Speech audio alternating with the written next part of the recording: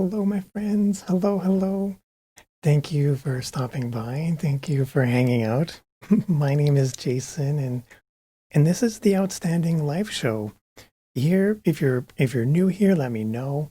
Welcome, welcome. If you've been here before, this show is about we talk about mental health, we talk about recovery, we talk about mindfulness, and we take a different approach from it. We take an approach where our hope is to expand the vocabulary and expand the conversation and to help remove some of the stigma, some of the negativity, if you will, where touching on today's topic, just to get ahead a little bit, where there's a certain amount of shame that can come from admitting that there's a problem, or there's a little bit of a shame from pride, where we have we dip into ego a little bit later on in today's show, but there the precursor to any of this can be shame, and it's the fear of shame. It's the feeling of shame. We remember the last time we felt shameful. There's even a TV show right now called Shame, but there's the idea of shame is wide and vast, very similar to recovery, very similar to addiction. There's no two ideas the same. I almost wanted to say there's no, it's the same solution for you is not the same solution for me. We talked about that in yesterday's episode about stress and stressors. The same stress for you is not the same stress for me. Although when it comes to shame, there can be very similar things where what is shameful for you can very well be the either the same understanding or it can have the same impact. But there's when it comes to shame, when it comes to that feeling, I saw this talk on it was on YouTube. It was Jordan Peterson. I don't know if you know him, but he's very, I almost want to call him analytical in his approach and view to things. Is his book, The 12 Principles of Life, or the 12 Steps? Very, in recovery, we have the 12-step program, and his ideas of the 12 rules of life, I think is what it's called. But in his video, he made a YouTube video, and it was about fear. And his example, his analogy that he gave was, imagine you're approaching a cliff. You're walking up to a cliff where your car is approaching a cliff. And as you approach that cliff, it's not the cliff that scares you. What scares you and what shakes you on the inside is the fear of what happens when you get to that cliff and what's going to happen if you fall. And the anxiety and the anxiousness that kicks in doesn't kick in after you fall. It's what happens before you fall. And it's the 10 seconds approaching that fall. That's the anxiety. That's the fear. And when it comes to shame, once we feel that shame, once we've been in it, reveled in it, and once it owns you and there's no escape, and you're surrounded by like this blanket of I almost want to call it of shame, like a blanket of fear and anxiety. Once we have this surrounding us, wrapping its arms around us, once you've felt it and you've become one with your shame, for lack of a better word, you don't forget that feeling. You don't forget it. It's not something you can just shake off in a shower kind of thing. Like these feelings of shame take deep roots and it holds on to you. And I don't know if you can relate where that heavy emotion, that heavy circumstance, you hit that event crisis point and there's no going back.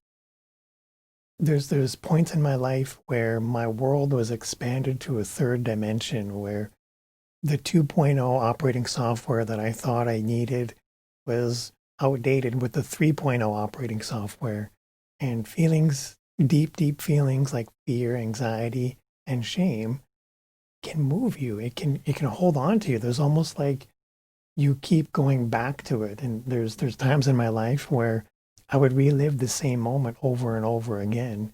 And these wouldn't be happy feelings. These wouldn't be joyous, abundant emotions of resilience and celebration. Some of these feelings I would relive over and over again were like the worst parts of my life. Like a train wreck or like a car crash. You just, it slows down and you replay it over and over and over in your head. And the damage that comes from that doesn't come from the event. The damage comes from replaying it over and over.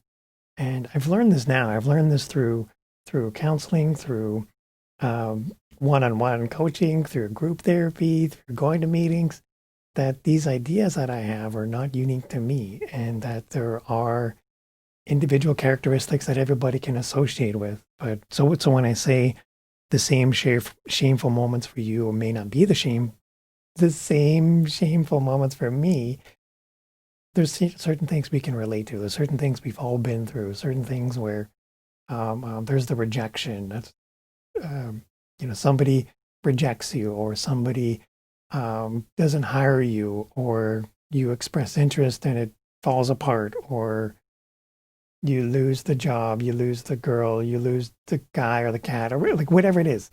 So there's those feelings of shame, there's those feelings of rejection that's common. It's almost like a base that exists consistently. But how we deal with it and how we manage it can be unique to us, and how we process that is unique to us.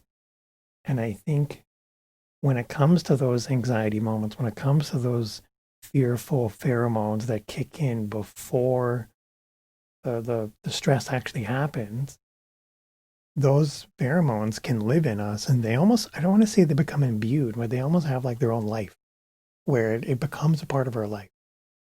Just the thought of that feeling creates these pheromones, and then pretty soon those fearful pheromones are making decisions for me.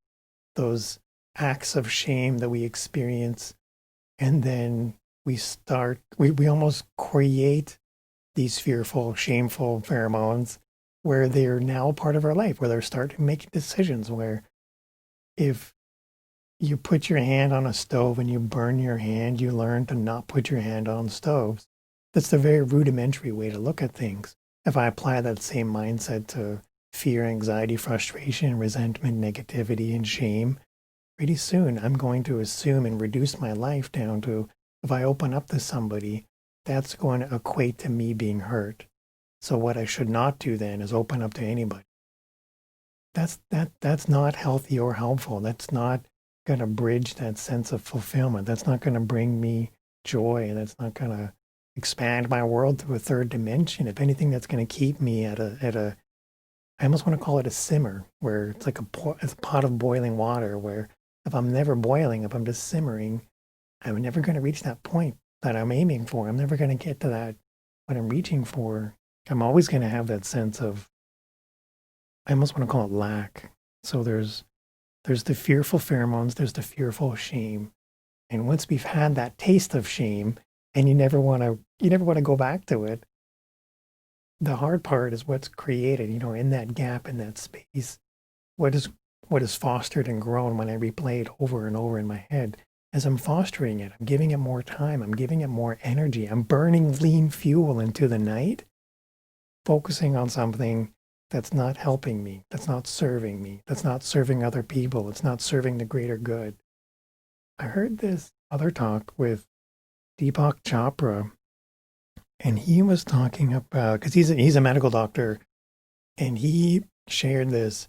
There was a research done, I think it was in Germany, where they took these mice, and they were in a room, and they gave them electrical shocks. And the mice were then they weren't killed or anything, but they were electrically shocked. And they took those mice out of the room, and then as soon as they brought in new mice into the room, those mice smelled the pheromones from the previous mice, and immediately their hearts became elevated.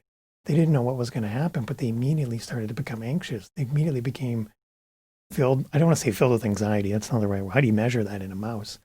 But those fearful pheromones can have a physical impact, not just on us, but on other people.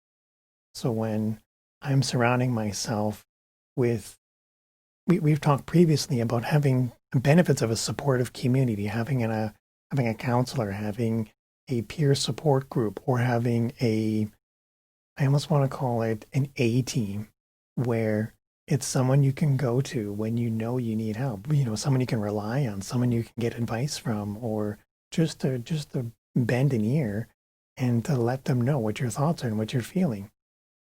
If I've surrounded myself with Here's a poor example where if my supporting community that I've surrounded myself with are people who, if I wouldn't go to them for advice, then why would I start accepting their opinion? Or if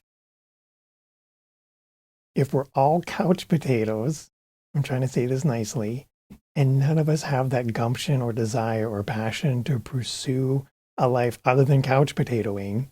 Is that a word? Couch potatoing? Where if all I'm ever doing is reducing my desires and aspirations to being a couch potato and I reach out to another person who's a couch potato, what advice am I going to get from them?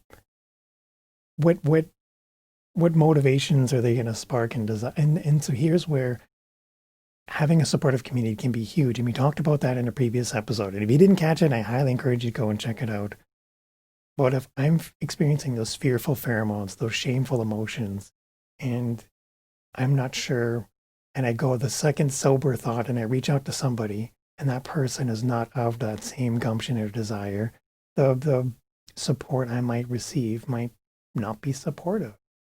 And so there's that key balance we talked about before about having one of these things isn't going to solve everything. Having a supportive community by itself, I don't want to call it enough, but if all I'm ever doing is just working the 12 steps, but I'm not getting the support from a community, or if I'm getting the support from the community, but I'm not dealing with stress. If I'm not dealing with stress, I'm also not dealing with my hungry, angry, lonely, and tired acronym we talked about before. So having all of these things in checks and balances can be huge and beneficial. But so too is identifying that these emotions we feel, these fearful pheromones, these shameful moments, they're not, I don't want to call them they're not going away. But if I can set up an environment that encourages support, if I can set up an environment where I know I can rely on these three people, if one person's not going to answer, I can reach out to option 2 or 3, and that's guaranteed 90% of them are going to answer. If I can ensure that I'm looking after my hungry, angry, lonely, and tired, and that reduces my active feeling stressors. If I can look after reaching out to my friends and family to make, to recharge my batteries and ensure I'm having that emotional connection, that reduces my chance of anxiety. Or if I'm getting my exercise, meal prepping, planning, these are all things that can help mitigate. They by themselves are not solving anything. And when it comes to having those moments where we are feeling weak, when we are having moments where we're feeling challenged, upset, when we do have those lonely points, when we are at that moment where we're left with nothing else but that blanket of shame, and when we're left with nothing else but replaying that in our head, we've got these other measures in place to help remove a lot of the other anxieties so that when those time comes, I'm able to consciously manage it. And I don't want to say like deal with it, where I just change my thoughts. I heard this example once where, Jason, I can be positive that I'm broke, but that doesn't change the act that I'm actually still broke. And I can empathize where they're coming from, and I can appreciate that standpoint where if I'm feeling that moment of shame, if I'm replaying things in my head, I could keep replaying it. And that's what I used to do. And admittedly, that's how I I battled myself over and over and over again, where I beat myself up for making those choices, or you lost a job, the girl, the cat, whatever that was. So in those moments, if I continue to habitually replay things in my head, if I'm reliving that act of that shameful moment, yes, those shameful moments happened, but I'm also in a position now where I can reframe things, I can relabel them, I can give a new meaning and a new lesson from those moments. If I was somebody that, just as an example, if I was somebody that had never felt those lows, and if we talked previously about having the rock bottom experience, where if I'm somebody that's never hit that rock bottom, would I ever know what rock bottom is or means or feels like? It's hard to perceive if you've never hit that point. Once you have, once you reach that point, once you felt that shame, once you've been in those boots, you felt those shoes, I'm now in a place of power where I'm now able to carve a new fate. I'm able to choose new circumstances. I can surround myself with a much more supportive community. I can have a stronger connection to my friends and family. I can build new habits. I can put these safety measures in place. I can put these challenge gaps where if things are working too good, I've ensured that I'm still going to get my support that I need. In the old days, in Jason of the past, where I would, if things were too good, I would go out and celebrate. If things were really bad, guess what? I would still go out and celebrate in the exact same manner. I would be at the bar surrounded by friends who were of the same mindset. And it really didn't support me. It didn't support the long-term version of me. I was not in a positive mental health state, and I wasn't looking after myself. I wasn't looking after other people. And no wonder no wonder I was going through strings of bad choices, of bad relationships, of horrible jobs, and it was never my fault. And these were things where my ego was making the decisions. That fear and that pride were making decisions. That blanket of shame was getting in the way. I was holding on to it for so long that it became a habit. It became something that was a part of me. Like what is it, Linus in the Peanuts? You ever see that? Where Linus has his blanket with him all the time? What if that was shame? What if that was anxiety? What if that was just synonymous with who we identified ourselves as? That's crazy. We look at that now and we say that's crazy. We're like, why would you do that? But that's Jason of 2010, 20, whatever that, Jason of 2000, Jason of, and so here's, yes, these things happen. Yes, these moments took place. Yes, these were frustrations, resentful, negative outcomes that erupted and caused these feelings of shame, caused these feelings of growth, caused these moments and these, I would challenge younger Jason to look at it as a spark of divinity where, yes, these moments happened. And yes, these are the event crisis points, but these are also moments where we've chosen to carve a new path, where we've also chosen to vow that, yes, this happened, but we're going to move through it. We're going to move past it. We're going to choose a different outcome for ourselves. And we start to, once I make that decision, I put the line in the sand and I now have a higher standard. I'm now choosing a better life for me, for those around me, for the ones that I include in my life, for you, my community. And this is where it starts from, yes, those moments happened, but it's not avoiding them. The moment you avoid things, it's like that car that approaches the cliff or you walking up to the cliff. You start feeling anxiety. If I avoid it, then I'm not going to deal with it. The challenge with avoiding it and just putting it off by just stuffing my emotions and putting it away, what's going to happen is eventually those emotions are going to erupt. Eventually, everywhere is going to be a cliff. Eventually, everywhere is going to be frightening and triggering. We've talked about triggers before, and maybe that's a topic we can get into soon because we keep bringing it up. But if we see everywhere as cliffs, if everything is a trigger, is that the problem of how I'm perceiving the world? Is that we've talked before about shifting our perception of our emotion? And yes, those emotions happen, but is there another reason behind it? Is there another meaning that I can associate to it? And when it comes to feeling of shame, when it comes to the Jason who felt shame in the heat of my addiction, at the height of like my lowest low, what shame meant to me then is not the same feeling that shame sparks in me now. The spark of shame that I have today causes me to look at things in a different way. And I'm, thanks to having a solid foundation, thanks to having all these checks and balances in place, the supportive community, you, my community, my support groups, my counselor, these are all amazing A team players, I want to call them, where there's a sense of accountability that extends beyond my ego, beyond my physicalness, beyond, I almost want to call it spirit, but there's more to life than just my experience.